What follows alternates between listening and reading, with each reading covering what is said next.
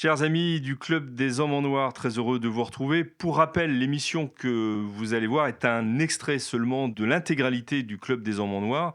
Si vous voulez profiter vraiment de nos émissions et des échanges qui sont présents, eh bien, allez sur notre chaîne YouTube, la chaîne YouTube de l'Homme Nouveau, cliquez sur le bouton rejoindre et puis profitez en avant-première en priorité de la diffusion de l'intégralité de ces émissions. Sinon, vous pouvez également aller sur le site de l'Homme Nouveau, renseigner votre adresse courriel pour être prévenu de la diffusion de ces émissions du Club des Hommes en Noir.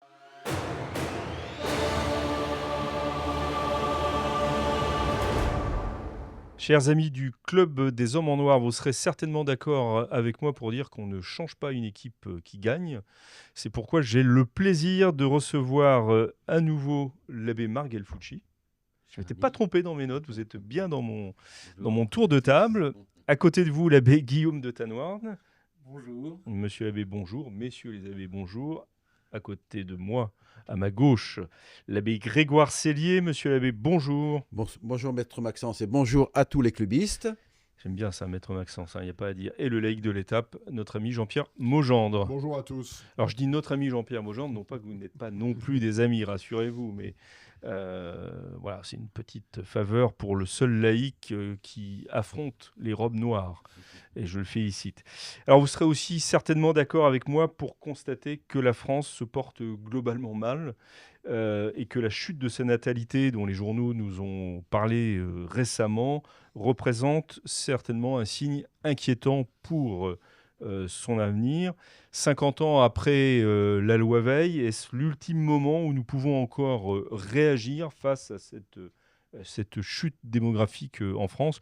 Voilà, c'est à peu près le sujet que j'aimerais que nous abordions. Je dis ça parce qu'il y a quelques temps, il y a eu cette grande manifestation de la marche pour la vie justement contre la loi Veil, 50 ans après. Et au même moment, paraissait dans la presse, de manière quasiment concomitante en fait, sans que la presse fasse le lien, me semble-t-il, eh bien, ces chiffres assez importants qui montrent que la courbe des naissances en France va vers le bas. Mais alors je crois qu'il faut d'abord dire que ce n'est pas une spécialité française. Non. Et qu'au contraire, la France, mondial. Jusqu'à maintenant, s'en sortait plutôt bien du point de vue de sa natalité. Voilà, mais c'est ça qui marque d'ailleurs. Mais on est en train de vivre un hiver démographique mondial. J'ai eu l'occasion, pour mon dévis, de réfléchir un peu à la démographie. C'est très inquiétant de voir que autrefois, les pays développés faisaient moins d'enfants, les pays dits sous-développés ou en voie en de faisaient développement. plus. Oui. Aujourd'hui, c'est tous les pays qui reculent, dont la démographie recule. Et on sait pourquoi. Et, par exemple, je crois l'Algérie, pour prendre un exemple proche de nous, mais une société qui est quand même plus en voie de développement que vraiment développée. On a en Algérie, la natalité ne suffit pas à compenser la mortalité. C'est le cas en Iran aussi. Voilà. Donc, l'Iran qui est pourtant cette société traditionnelle. mais c'est le cas. C'est le cas en Hongrie, malgré tous les efforts du leader hongrois pour relancer la natalité. Ça ne marche pas. Donc, c'est effectivement un phénomène mondial avec, si vous voulez, une fausse apparence à un certain nombre de pays qui ont eu beaucoup de naissances et qui donc ont beaucoup de femmes en âge de procréer, donc qui sont encore sur un élan apparent, mais dont ces femmes, effectivement, ont beaucoup moins d'enfants que leur mère. Et donc, effectivement, on se trouve dans il y a une cassure qui peut être camouflée dans certains pays par, si vous voulez, encore un élan, mais qui est antérieur, comme une étoile morte qui éclaire encore. Quoi. Il y a un seul continent où la natalité est plus forte incontestablement que la mortalité, c'est l'Afrique. Voilà, mais l'Afrique est déclinante de ce point de vue-là aussi. Voilà. Mais est-ce qu'on a une explication de ce phénomène, donc si j'ai bien compris, mondial, qui touche des sociétés très diverses, parce qu'entre la France et l'Iran et un pays africain, il y a quand même des vraies différences religieuse, culturelle, politique, etc. Et qu'est-ce qui explique Alors, je crois qu'il y a un phénomène planétaire sur lequel tout le monde s'accordera.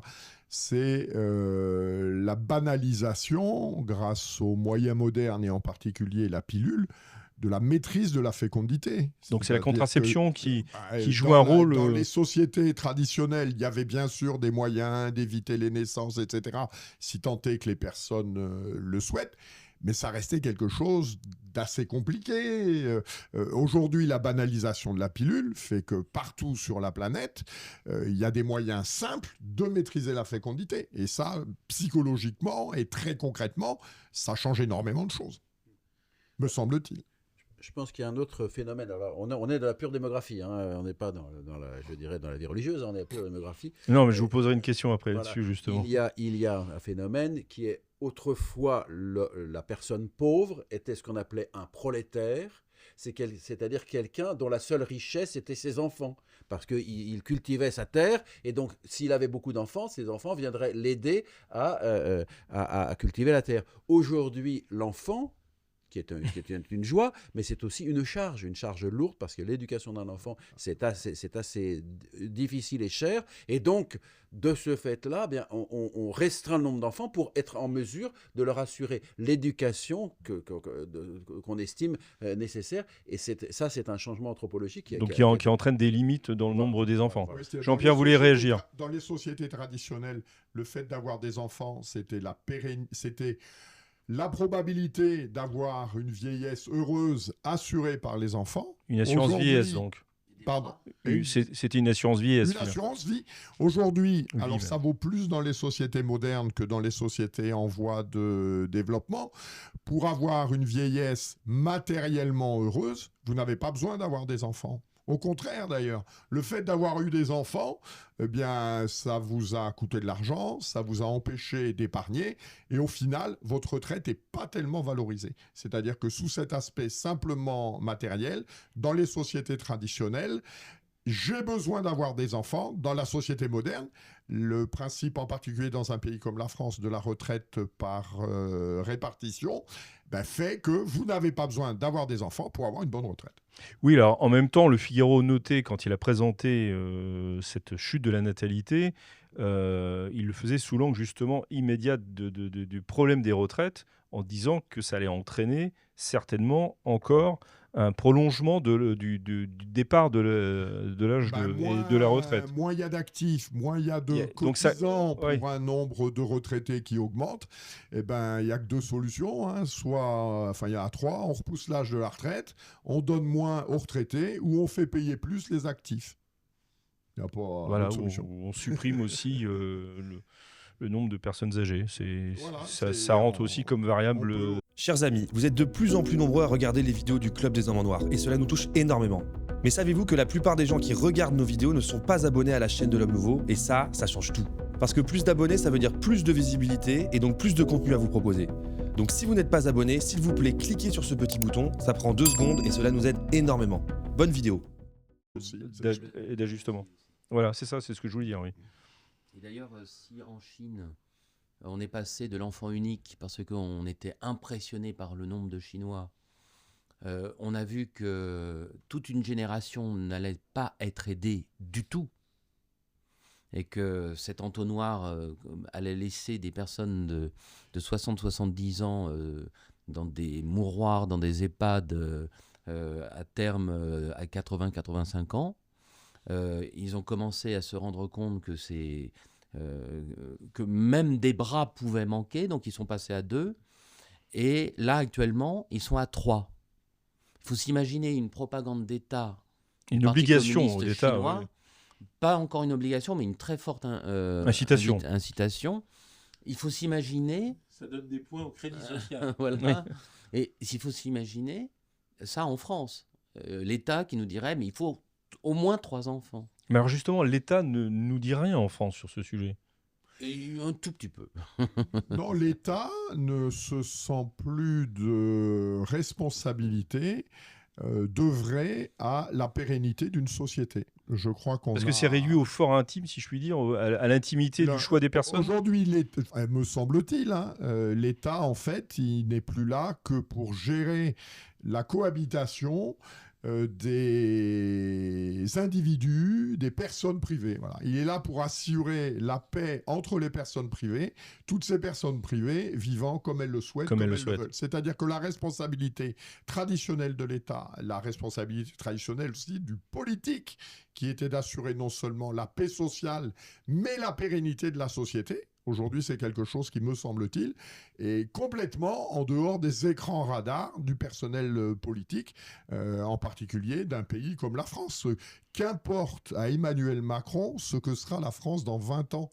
Mais il ne sait pas ce que c'est, il n'a pas d'enfant, et puis je pense que fondamentalement, il s'en fout. Mais est-ce que ses adversaires sont le même genre d'optique, en fait?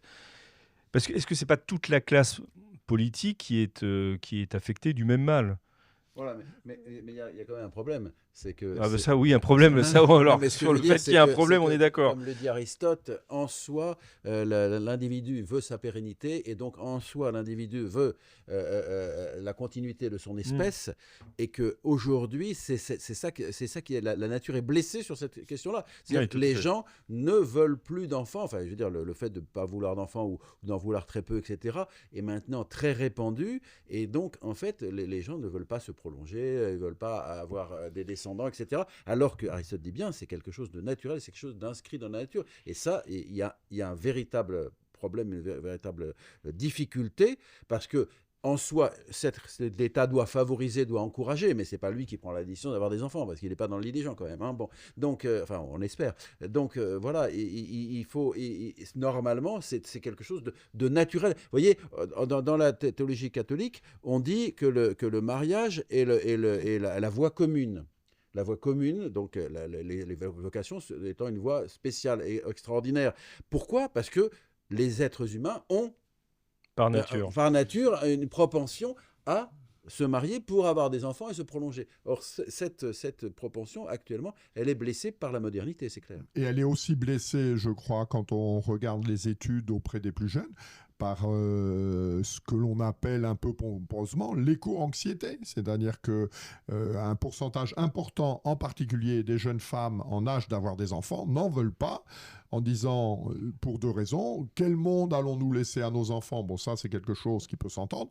Et puis surtout, en ayant des enfants, je contribue à détruire la planète. C'est quelque chose de très présent. Je lisais une étude. Et qui se développe. Des jeunes femmes ne veulent pas d'enfants pour cette raison. La raison, je vais contribuer à détruire la planète. Alors que du point de vue de la planète, le modèle français est toujours là, et bien là. Je pense qu'il y a peu de pays plus écologiques que le nôtre. Avec le moins de pollution. Et pourtant, les jeunes font ce genre de réflexion qui valent pour d'autres pays, mais pas pour la France. Alors, ce que certains faisaient remarquer d'ailleurs, ces jeunes ne veulent pas d'enfants pour pas polluer la planète, mais ils prennent l'avion pour aller passer des vacances en Thaïlande, quoi. Faudrait choisir dans la vie, quoi. Évidemment. Monsieur l'abbé Gelfucci. Voilà. Ça, c'est la propagande contemporaine. C'est pour le coup de l'idéologie. Oui, mais qui est installée dans la mentalité des jeunes. Oui, mais par exemple, ces carcans médiatiques sont parfois cassés. Regardez ce qui s'est passé aux États-Unis, hein, donc où on a un peu assez du réchauffisme ou de la cause humaine de ce réchauffement, puisque lorsque la température générale de la planète est plus importante, on vit mieux. Et on nous dit qu'on vivra moins bien. Mais il y a 2000 ans, le Groenland était, enfin peut-être même plus longtemps encore, le Groenland était un pays de forêt.